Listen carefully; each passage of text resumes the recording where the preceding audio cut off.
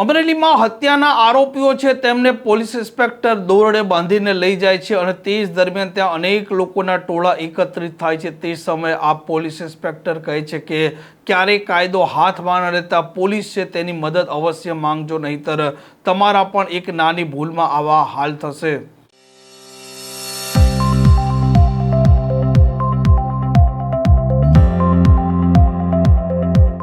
નમસ્કાર, આપ જોઈ રહ્યા છો હોટલાઇન ન્યૂઝ અને હું છું આપની સાથે તોફિક ગાંચી। ગુજરાતની જેલોમાં જે આરોપીઓ અત્યારે બંધ છે તેમને પૂછવામાં આવે કે તેમણે તેમના જીવનનો કયો ગુનો કર્યો છે, તો મોટા ભાગના આરોપીઓ કહેશે કે તેમણે તેમના જીવનનો આ પહેલો ગુનો કર્યો છે અને જ્યારે તેમને કોર્ટ દ્વારા સજા આપવામાં આવે છે ત્યારબાદ તેમણે ઘણી વખત તેમનો જે ગુનો છે તે મુજબ આ જેલો છે તેમાં અનેક વર્ષો વિતાવવા પડતા હોય છે અને ઘણી વખત ગુસ્સો, આક્રોશ અને આવેશમાં વ્યક્તિ એવું કામ કરી દે છે કે ત્યારબાદ તેને જેલમાં જવું પડે છે અને ન માત્ર તેણે એકલાએ તકલીફો વેઠવી પડે છે પરંતુ તેના પરિવારજનો તેનાથી વધારે તકલીફ વેઠતા હોય છે। અને અમરેલીના બાબરા પોલીસ સ્ટેશન વિસ્તારમાં પણ આવી જ એક હત્યાની ઘટના સામે આવી હતી, જેમાં સામાન્ય બોલાચાલી થાય છે અને એક વ્યક્તિ છે તેને આ 10 આરોપીઓ છે તે મોતને ઘાટ ઉતારે છે અને ત્યારબાદ પોલીસ તેમને ઘટના સ્થળે રિકન્સ્ટ્રક્શન પંચનામા માટે લઈને આવે છે। તે સમયે અનેક લોકોનું ટોળું છે ત્યાં એકત્રિત થયેલું હતું અને આ દરમિયાન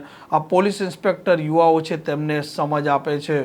તમારા જેવા લોકોને સમજ થાય કે આ દિવસ આપણો ન આવે, દોરડે બંધાઈને ગામના જ રોડ ઉપર નીકળીએ અને આપણે ઝઘડો ક્યાં થાય? આપણા ગામમાં કે આડોશી પર। તમારે કોઈને ટ્રમ્પ આરે ઝઘડો થાય ના થાય? કોની સાથે થાય? પાડોશી આરે જ થાય। ભાઈબંધ દોસ્તારો, પડોશી, સગા સંબંધીઓ અને આપણે આજુબાજુના ગામમાં જ થાય। એટલે આ દિવસ ન આવે, તમારા મા બાપને પરિસ્થિતિ આવી ન થાય એના માટે બુદ્ધિ ખાલી આ જોવાની ભારે મજા આવી, વિડીયો ઉતાર્યો એવા મોદી સાહેબ કહે ને આપણે કે આપણો દેશ યુવાન લોકોનો દેશ બનેલો છે, યુવાનો પણ કંઈક કામ કરે તો કામના, નહીતર તો બધા વચન જ વધારે છે। એટલે આમાંથી શીખવાનું। અને આ બધાનું જોઉં છું ને તો મને તમને જોઉં ને આ છોકરાઓને જોઉં ને તમને જો બધા એક સરખા લાગો। આમાંથી એક કંઈ ક્રિમિનલ નથી। આ જે 10 છોકરાઓ છે એમાંથી એક કંઈ કોઈ એવો મોટો ક્રિમિનલ નથી। આ બધાનો લગભગ પહેલો ગુનો છે, બરાબર? તો પહેલા ગુનામાં જ તે 20 વર્ષની સજા પડશે, ઓછામાં ઓછી આજીવન પડશે। હું તો ઓછામાં ઓછી તમને કહું છું કે 20 વર્ષની સજા પડશે। જેની ઘરે 1-1 વર્ષના છોકરા છે એ કદાચ હવે મોટા થાય કે ના થાય, જો થશે ને તો એ 21 વર્ષના હશે ને ત્યારે આ છૂટશે બહાર। એટલે આ બધું થોડું મગજમાં લેજો। આપણા મા બાપ માટે તમે હશો સાવ નાલાયક, પણ તમારા મા બાપ માટે તમે ઘરેણા છો, બરાબર? એટલે આ દિવસો ન આવે, તમારી પાછળ રખડતા ના થઈએ, બરાબર? જોવાનું, ખાલી આવા સોશિયલ મીડિયામાં નહીં પડ્યું રહેવાનું। કામ કરવા સિવાય બીજો જે ધંધો કરશો એમાં આ જ દિવસ આવશે, બરાબર? ઉતરે છે ખોપડીમાં? હે? ખાલી હાથ પાડો છો? સારું, ચલો। પણ આ બધા પોલીસ સ્ટેશનમાં ફરિયાદ કરવાના બદલે એને જાતે એનો ન્યાય કરી નાખ્યો। બધા કેટલા વર્ષ જશે ખબર? ઓછામાં ઓછા 20 વર્ષ। કેટલા? ઓછામાં ઓછા 20 વર્ષ। આ બધાને જોયા ને, બધાની ઉંમર કેટલી છે? એક 18 વર્ષ ને 2 મહિનાનો છે, સૌથી નાનો, સૌથી મોટો છે 24 વર્ષ। તમે બધાને લાગુ પડે ને, મોટા ભાગની એટલી જ ઉંમર છે, કોઈની બધી 30 હશે। કોઈના ઘરે 2 વર્ષનું, કોઈના ઘરે વર્ષ દિવસનું, કોઈના ઘરે 5 વર્ષના છોકરા છે આવડાવડા।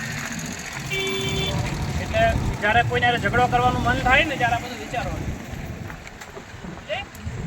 જે મરી ગયો છે ને એ આરોપી હતો, બરાબર? એ બદમાશ હતો, ઝઘડો કરવા વાળો હતો। અત્યારે કોણ આરોપી બની ગયું? સમય બદલાતા આટલી જ વાર લાગે। જ્યારે તમે કાયદો હાથમાં લ્યો આટલી જ વાર લાગે। આપણે ત્યાં લોકશાહી છે, મારી નાખવાનું, કાપી નાખવાનું મન થાય। આમાંથી એક કંઈ 10 પાસ નથી। જેટલા 10 જણા છે ટોટલ, કેટલા? આમાંથી એક કંઈ જણો 10 પાસ નથી। એટલે આ ક્યારે થાય? એક તો ઉપર તડકો તપતો હોય, વાતાવરણમાં ગરમી હોય અને આપણે હોઈએ નવરા। કામ ધંધો જેને ન હોય એને ઝઘડા કરવાનું શું છે? જેને કામ ધંધો હોય એને ક્યારેય ઝઘડવાની નવરાઈ હોતી નથી।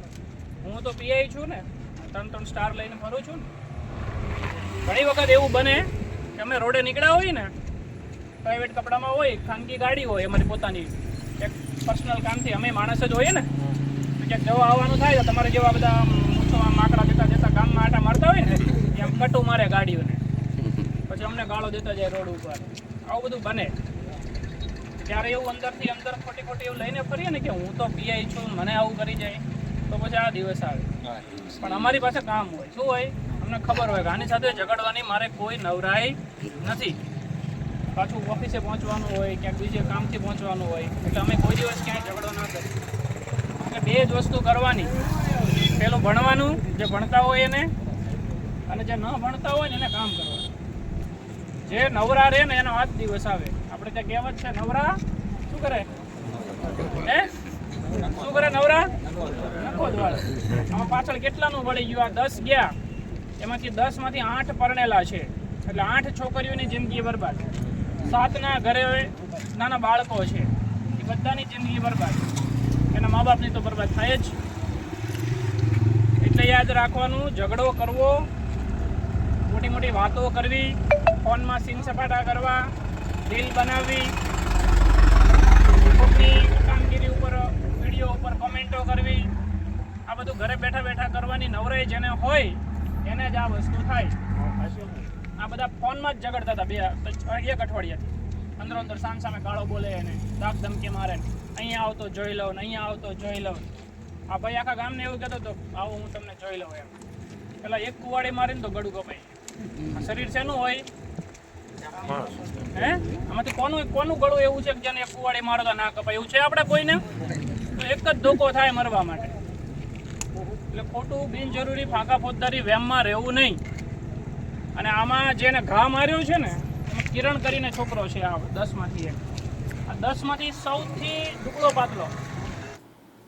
આ પ્રકારના સમાચાર માટે હોટલાઇન ન્યૂઝની ચેનલને લાઇક, શેર અને સબસ્ક્રાઇબ કરવાનું ભૂલતા નહીં. નમસ્કાર.